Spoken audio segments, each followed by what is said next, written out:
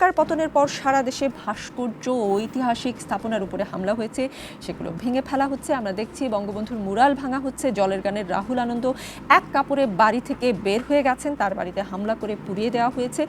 আপনার কি মনে হয় এসব কোনো বিশেষ রাগ ক্ষোভ থেকে করা হচ্ছে, নাকি কেউ উদ্দেশ্যপ্রণোদিতভাবে এগুলো করছে?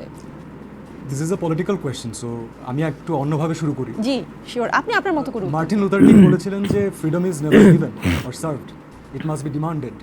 তো সেই ডিমান্ডটা আমাদের ছাত্ররা রেখেছে, এর জন্য তাদেরকে সালাম, তাদেরকে আমাদের বাহবা। আপনার গুরুত্বপূর্ণ মতামত জানাবেন কমেন্ট করে। কিন্তু আমরা ছোটবেলা থেকে আরেকটা জিনিসও কিন্তু পড়েছি, সেটা হচ্ছে স্বাধীনতা অর্জনের চেয়ে স্বাধীনতা রক্ষা করা কঠিন। এই নতুন বাংলাদেশ, আমি বারবার যখনই সোশ্যাল মিডিয়াতে কোনো কিছু শেয়ার করছি, আমি যখনই কিছু লিখছি, যখনই তাদের পক্ষে কথা বলছি, বারবার বলছি this is a new Bangladesh, যেটাকে আমরা বলি বাংলাদেশ 2.0। তো এই নতুন বাংলাদেশে এসে যদি আমরা সেই কাজগুলোই করি যেটার আগে বিভিন্ন ক্ষেত্রে বিভিন্ন পক্ষে বিপক্ষের দল করে গেছেন, তাহলে কিভাবে করে আপনারা এই ছাত্রদের এই স্যাক্রিফাইস, এই ত্যাগটাকে আপনারা জাস্টিফাই করবেন? কখনোই করতে পারবেন না। এবং কেউ যদি উদ্দেশ্য প্রণোদিতভাবে করে, তাহলে আসলে আমি তো মনে করি সে কোনো মতেই আসলে বাংলাদেশের পক্ষে না, সে তার নিজের এজেন্ডার পক্ষে। তো আপনি যদি আপনার এজেন্ডাকে ফুলফিল করতে, আপনি এটা শো অফ করতে চাচ্ছেন, আপনি সামনে আসতে চাচ্ছেন, এভাবে করে ধ্বংস করতে চাচ্ছেন, তাহলে বলবো যে ভাই, Bangladesh is not the place for you. আপনি অন্য জায়গায় যে এগুলো প্রুফ করেন, অন্য কিছু দেখান। বাট বাংলাদেশ এখন যে অবস্থানে আছে, ছাত্ররা অথবা জনতা যেভাবে করে সোচ্চার হয়েছে, তারা যেভাবে জাগ্রত হয়েছে, আমার মনে হয় যে এই বাংলাদেশে তারা টিকবেন না, অথবা আমরা সেটাকে অ্যাপ্রুভ করবো না। Because this is Bangladesh 2.0। এই বাংলাদেশের নেতৃত্বে আছে স্টুডেন্টরা, জনতা। তো তারা সেটাই অ্যাপ্রুভ করবে যেটা দেশের স্বার্থে হবে, ব্যক্তি স্বার্থে হবে না। তো এটাকে কখনোই আমরা সাপোর্ট করি না। জি, রাষ্ট্র সংস্কারের কথা উঠছে, মানে এটা তো বৈষম্য বিরোধী আন্দোলন থেকে একটা স্টেজে এসে পৌঁছেছে। এই সংস্কারে শিল্পীদের বিশেষ কোনো প্রস্তাবনা বা পরামর্শ আছে কিনা? কেমন বাংলাদেশ চান? দেখুন, আমরা অনেক কথা অনেক সময় বলতে পারিনি এর আগে।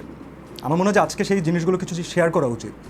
আপনারা সোশ্যাল মিডিয়াতে আমরা দেখি, আসলে আমরা বিভিন্ন শিল্পীকে, কেউ পক্ষে ছিলেন, অথবা কেউ চুপচাপ ছিলেন, অথবা কেউ কোনো দলকে সরাসরিভাবে সাপোর্ট করেছেন।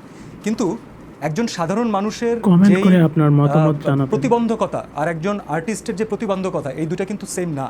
আমি আজকে সেটা আপনাদের কাছে একটু ক্লিয়ার করতে চাই, কারণ আমাদের অনেক আর্টিস্টদেরকে আমরা দেখেছি, এটা আমরা সাথে ছিলাম, সাপোর্ট করেছি দেখে হয়তো আমাদেরকে অনেকে বাহবা দিয়েছেন, কিন্তু আমাদের প্যারালালে অনেকে আছেন যারা চুপ ছিলেন। তো আপনাদেরকে এখন এটা জানতে হবে, দেশের মানুষের জানতে হবে যে তারা কেন চুপ ছিলেন। তারা ভয়ে চুপ ছিলেন।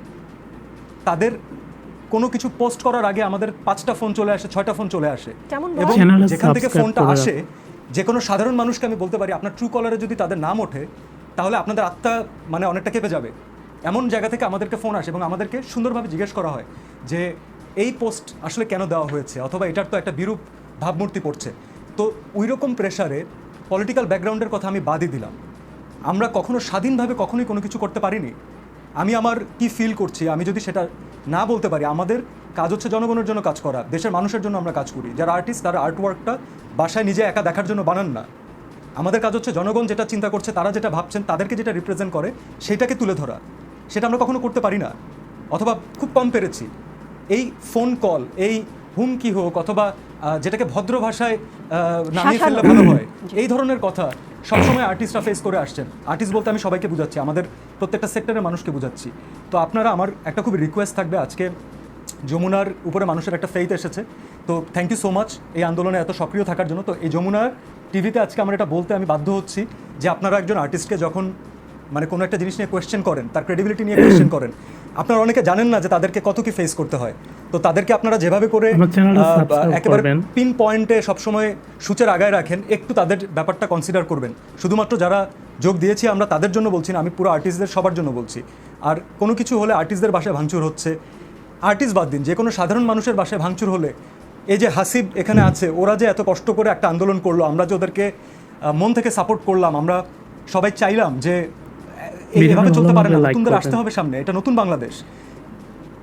আমার আগে যারা এসেছে, আমার প্রিডিসেসর যারা এসেছে, যারা 90s-এ এসেছে, যারা তার আগে এসেছে, তারপরে এসেছে, আমাদের সাথে তাদের কোথায় পার্থক্য? তাহলে খালি চেহারা চেঞ্জ হচ্ছে, আমাদের অ্যাটিচিউড তো চেঞ্জ হচ্ছে না, আমাদের দেশের প্রতি দায়িত্ব চেঞ্জ হচ্ছে না, আমাদের অ্যাক্টিভিটিস চেঞ্জ হচ্ছে না, ভ্যান্ডালিজম চেঞ্জ হচ্ছে না, প্রতিশোধ নেওয়ার ইচ্ছা চেঞ্জ হচ্ছে না। তাহলে আমরা কীভাবে করে নতুন বাংলাদেশ গড়ব?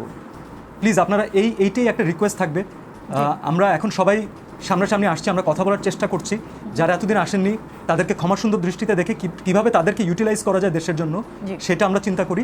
আর এই হতাহত হানাহানি এগুলো থেকে বেরোতে হবে ভাই, এগুলো থেকে বের না হলে বাংলাদেশ হবে না, নতুন একটা বাংলাদেশ 2.0 হবে না। Sure. Thank you. শিওর